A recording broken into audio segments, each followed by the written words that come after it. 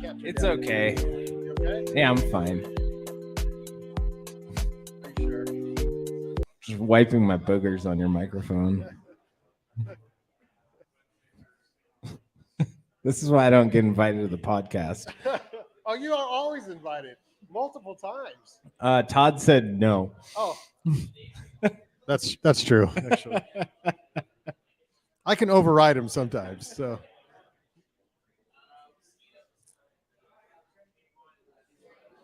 All right, on you, Kory, whenever you're ready. Do I really get to introduce myself? This is great. Where's Ben?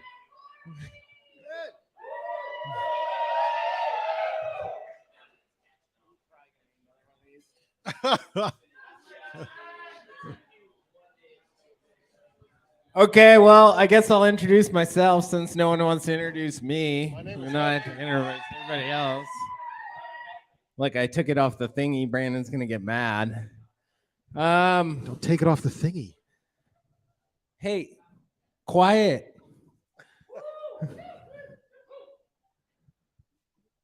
So it was a weird day today. Not to bring everyone down, but one of our good friends passed away this morning. I know not many of the Pall Mall folks are in the room, but he was a local around here. He'd been sick for a little while, but he always remembered when we'd put ski tracks up on Chili Peak when he was sick, and he'd sit in his garage and have a campfire. And he'd always text me and be like, "Hey, I saw the tracks." And yeah, I don't know. It's Chris Whiting, if you knew him. He local leather boot telly skier. So we'll probably have a leather boot day here someday soon. But yeah, he didn't drink later on in his life. But yeah, if you got him, smoke him for him. And yeah, raise a glass for Whiting tonight. Thanks.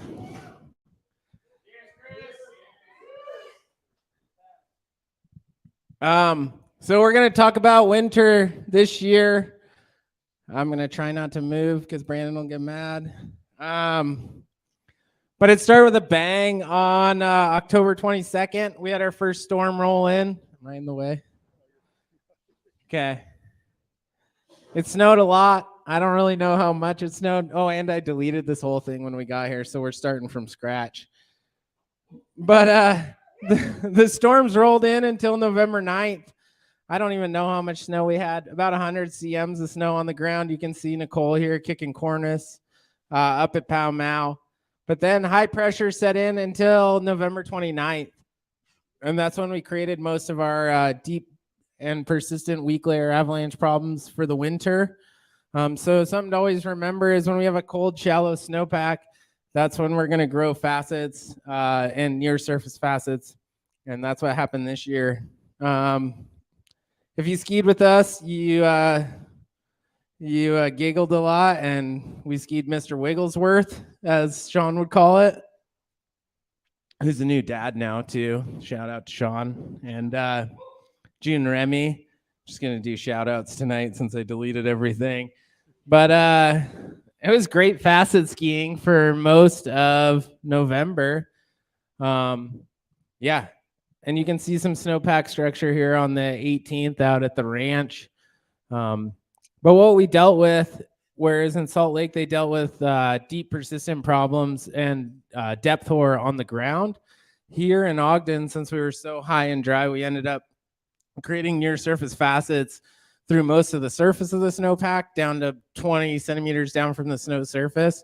And then to the ground, it was actually pretty right side up snow structure. So we didn't really have avalanche problems until November 29th, which was our first storm. Well, second storm, technically. First avalanche storm when we already had snow on the ground. We had widespread avalanching in the Ogden area, collapsing, cracking, womping, all the things going on. Fun storm. Skiing at Snow Basin was going off December 1st-ish. They'd been open for, I don't know, what, a week and a half. I guess that was the bash. also was December 1st. So if you were there, hope you had fun. Powell Mountain Road closed on December 1st also because of that storm. I believe we had 3 inches of snow water equivalent from November 29th to December 2nd. So that's a lot of water for us here in the Ogden Mountains. We always take the most water out of anyone in the Wasatch, but this year we've been water heavy for sure. So we had off and on snowfall until December 12th. And then on the 12th, we ramped up again. And we ended up with, you can see here, the new snow, about 50 to 60 cms of new snow on top of the facets from November. And then the walls started to come off mid-December. This one is in Bailey Cabin somewhere. And then this is Joe's photo in Lower Cutler. But we just continued to add a huge load to a weak snowpack. The weird part this year, especially not in as much in mid-December, but later in the year, we ended up not having a lot of red flag conditions. So we didn't have a lot of cracking, collapsing, lumping. We didn't really have poor snowpack structure. We had strong snow on the ground with weaker snow near the snow surface. And we weren't getting any sort of reactive snow pit results, but we were seeing these large historic avalanches, which was pretty cool. So structure over results. So you can see here, I don't know what the date is on this one. On the 18th, Dave was up at Snow Basin. And you can see in this photo on the left, we have our new snow over our weak snow from November. And so that's our poor snowpack structure. And then you could see it on the stratigraphy on the right. So from there, we made more avalanches into mid-December. We still hadn't had a huge whomp to our snowpack. I mean, those 3 inches were, the 3 inches of SWE was a big deal in early December, but there was a lot more to come later on. So just after Christmas, we added another load to the snowpack, and it was wet and wild as it has been all year this year.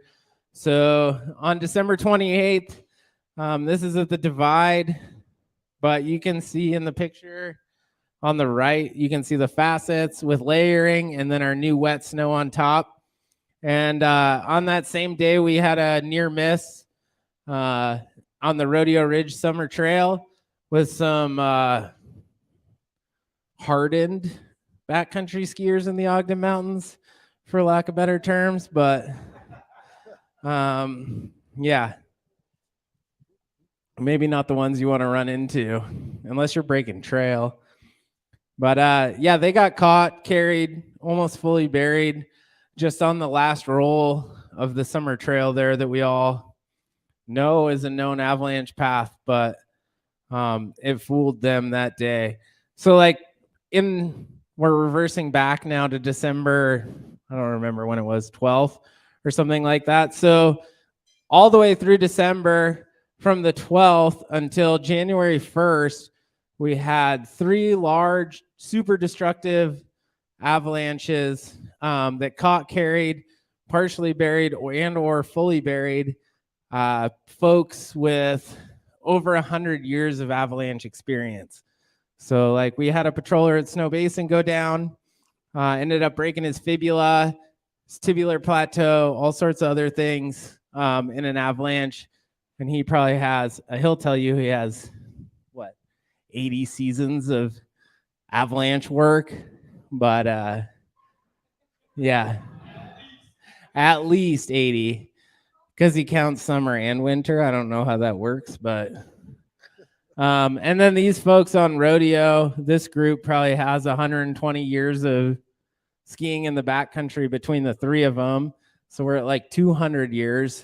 And then we throw Joe's avalanche in, which I'm going to show you in a second.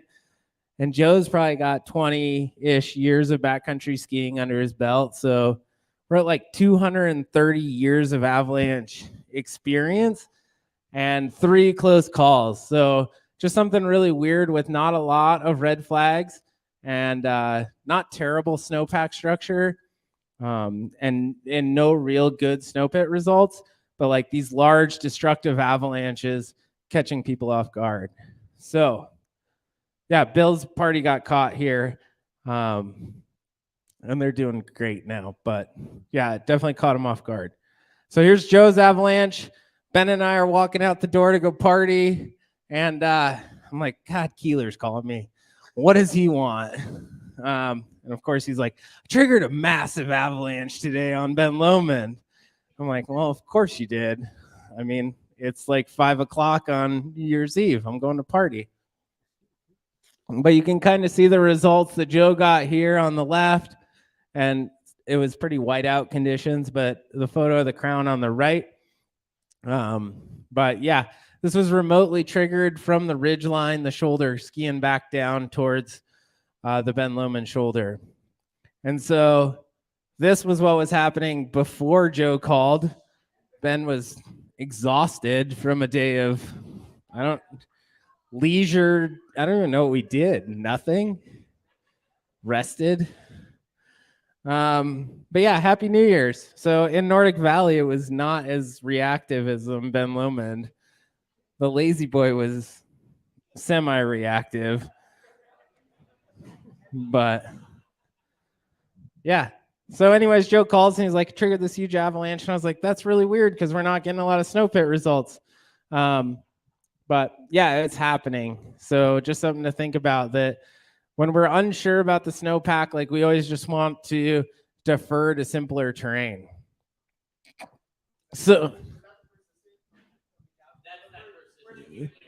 the persistent weak layer is the cushion. It's stressed.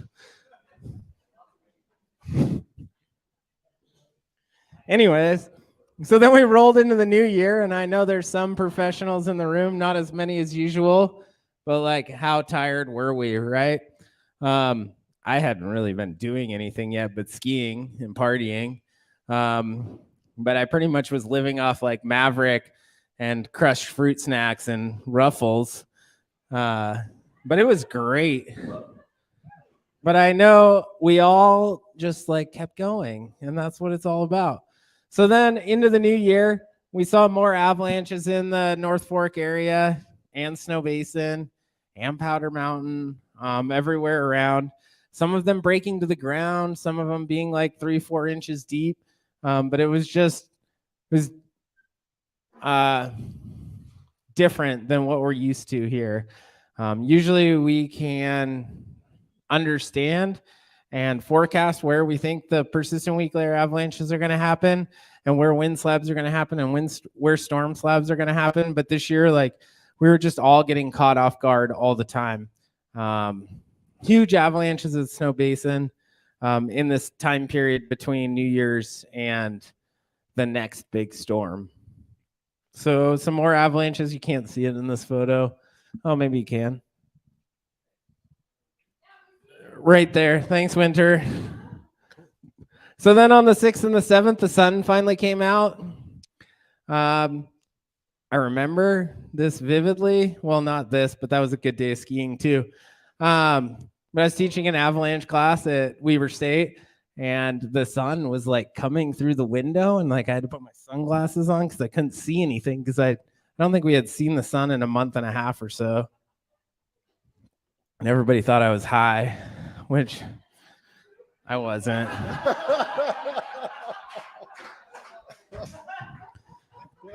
Yeah. Well, this slide turned out really good. But on the 8th, the sun came out also, and we got to view some more giant avalanches. So avalanches breaking to the ground, avalanches not breaking to the ground. Why? Who knows? And like on this day, like Hardesty and I were texting each other, and I was like, dude, it doesn't make any sense. Like that avalanche is only a foot deep. That one's to the ground. That one, I don't even know what it's doing over there, but like I can't get an ECT to save my life or a PST to save my life. And then I like slam my fist into the snowpack and it's right side up. Like, why is this happening? And they're not human triggered. Like most of these avalanches that we had in this time period leading up to the big avalanches on the south face of Ben Lomond and in the Cutler head wall were all naturals. And so it's just this odd thing that happened this year. So another really good slide. I don't know, but these are some snow basin backcountry avalanches leading up to our next big storm. This is the Cutler head wall. There's another photo in there, but you can't see it. It ended up running almost all the way to the bridge that we use in the summer trail. Joe went and looked at it. I didn't go down there. But the new bridge that crosses the Cutler Creek Trail. So think about that. So this avalanche released from the Cutler head wall and probably ran, what's that, like 2.5 miles down the creek, almost to the bridge. So like huge historic avalanche, breaking trees on the Cutler head wall that are probably, hundreds of years old. One of those limber pines up there is literally probably 500 years old, and it's just snapped in half now. So it's never seen an avalanche like that before. But once again, naturally triggered avalanches. So these aren't human triggered avalanches. Our only guess is that with so much wind, so much water, and so much weight, we've just overloaded the snowpack. And that's why we were seeing naturals and not human triggered avalanches. So that same day, another real great slide here, but anyone that lives in town saw these. This is on the south face of Ben Lomond. Historic avalanches there, taking out, chunks and chunks of old oak in the North Fork area, or not North Fork, North Ogden area, near the, I don't even know what that bike trail is called, but running down towards the bike trail in North Ogden. Chili Peak slabs also, big avalanches. These aren't historic. These have gone bigger in the last couple of years. But pretty cool, and it's make the skiing really good and the exits easier. And then same thing here in the Snow Basin backcountry. So from January 9th to January 14th, we ended up with, at Powder Mountain, they had 5.5 inches of snow water equivalent, which is a lot of water for 7 days. And in Ben Lomond area, we had 7.5 inches of water in those same 7 days. I don't know what Snow Basin does anymore. I don't go over there, Keenan. It's scary. Just like getting up the road, all the left turners, like it's the most terrifying part. Yeah.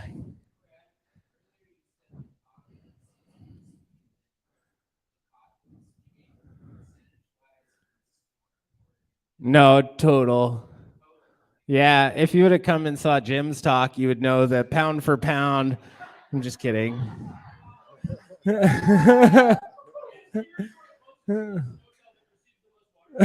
Ask Kory. He'll tell you. It's Nordic Valley. Yeah, no. So the Ben Lomond Snow Stake ends up getting the most water out of any place in northern Utah. And a lot of times we end up with a higher HS than Elta Collins or Elta Guard. Yeah, I don't know what it's at right now. I didn't look today, but it was like 100 and something the other day.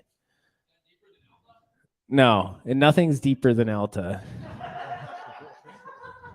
But water-wise, yes. I think we have almost 30 inches of water at Ben Lomond right now. I don't know what Elta Guard has. I don't check. 37 inches of water? That's a lot of water for Elta. What happened to the driest, greatest champagne powder on earth? Yeah, Elta sucks. Continuing, now that we're done with that tangent. But to add to that, the Ben Lomond weather station sits at 7,600 feet. Elta Guard sits at 9,200 feet. So huge difference in elevation. And then we do better on a southwest flow compared to the Cottonwoods doing better on a northwest flow. And so our storms are always wetter. It's just always going to be wetter here. It just is what it is. And that's why it rains a lot. And that's why there's no snow in Ogden. Actually, I think there's snow out there now, but not too much. anyways, I don't know where we were in the season now, but the 14th. Yeah, so January 14th, right? I don't even know when that was. I'd have to look at my calendar, but it was last week-ish. Yeah, 7.5 inches of water at Ben Lomond, which is an impressive amount of water. And that's what caused all of this to happen. So you guys looking out your windows here, folks at Ammer or wherever you work, looking north and seeing all the snow coming off Ben Lomond. And then on the north side, the same thing. Just an impressive avalanche cycle. Ruby Slippers at Snow Basin went. Everything, I don't know, John Paul Face went on explosives at Snow Basin also because of just a ton of water. But once again, like no human triggered avalanches and no snow pit tests were producing results and no cracking, collapsing, and lumping. And yeah, none of these red flags that we're used to when we're dealing with persistent weak layer avalanches were happening, but we were having these like historic avalanches that I haven't seen in my lifetime here, which isn't very long, but a lot of folks who have lived here longer agree that it's something that we haven't seen in a long time. So pretty cool avalanche season here in the Northern Wasatch. Anyways, we'll just keep clicking through now that I reversed and now we're going forward. So yeah, Chili Peak, that happened. And this isn't even it. There's another avalanche that happened there further to the north that came down 0G. So this is like middle G. And then 0G ran full path also on that mid-January storm. So I don't even know what else I have to say. But we're in high pressure now. And I've been chewing a lot of Copenhagen, and a lot of Maverick burritos have entered my body. And sometimes I drink Gatorade, but probably not. Yeah, I'm sorry y'all came for this, but you're like, we showed up and Kory like rambled about nonsense for 10 minutes and then told you all to go home. But now we're in high pressure, right? So the other day, if anybody's been out skiing, we grew some near surface facets and we started to grow surface hoar on the snow surface. And then we've been getting this fluff on top the last 2-3 days, which has preserved the near surface facets and surface hoar. So now going forward, we could be dealing with persistent weak layer problems again. And that's something to think about. We have a deep warm snowpack currently, which is good. That creates rounding or a strong snowpack. Yeah, so we have a crusher snowpack. I don't know what else to say. I talked to Hans on the phone today and he's like, I wish I could ski. There's so much stuff we could ski right now. And I was like, well, you shouldn't have hurt yourself. I love you, Hans. But yeah, everything's in and everything's stuck on. Like you can ski the Cutler slabs or Chili Peak slabs. You can ski off of Mount Ogden right now pretty much wherever you want because there's just snow everywhere up there and it's just plastered on because it was so wet. But yeah, deep warm snowpack good, cold shallow snowpack bad. It's, I don't even know, what is it, February yet? No? How much longer? Next weekend? Next Wednesday? Okay. Yeah, so having 100 inches of snow on the ground in Ogden in early January is a big deal for us. When was 100-inch party? January 7th? Which, whoa, there were two? Did it melt and then grow back or what? Oh. Yeah, but there's no bottom of strawberry weather anymore. Bluebell is historically where we had the party, Erica. You guys you're buying into the marketing numbers. Brooks has brainwashed you. Yep. Tower 16 or die. All right. That's all I got to say. I don't have anything else to say. Go ski.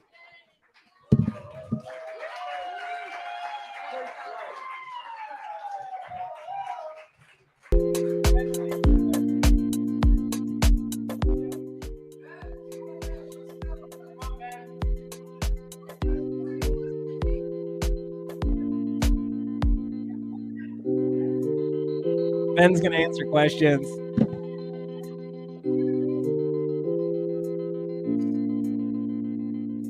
Go ahead, Connor.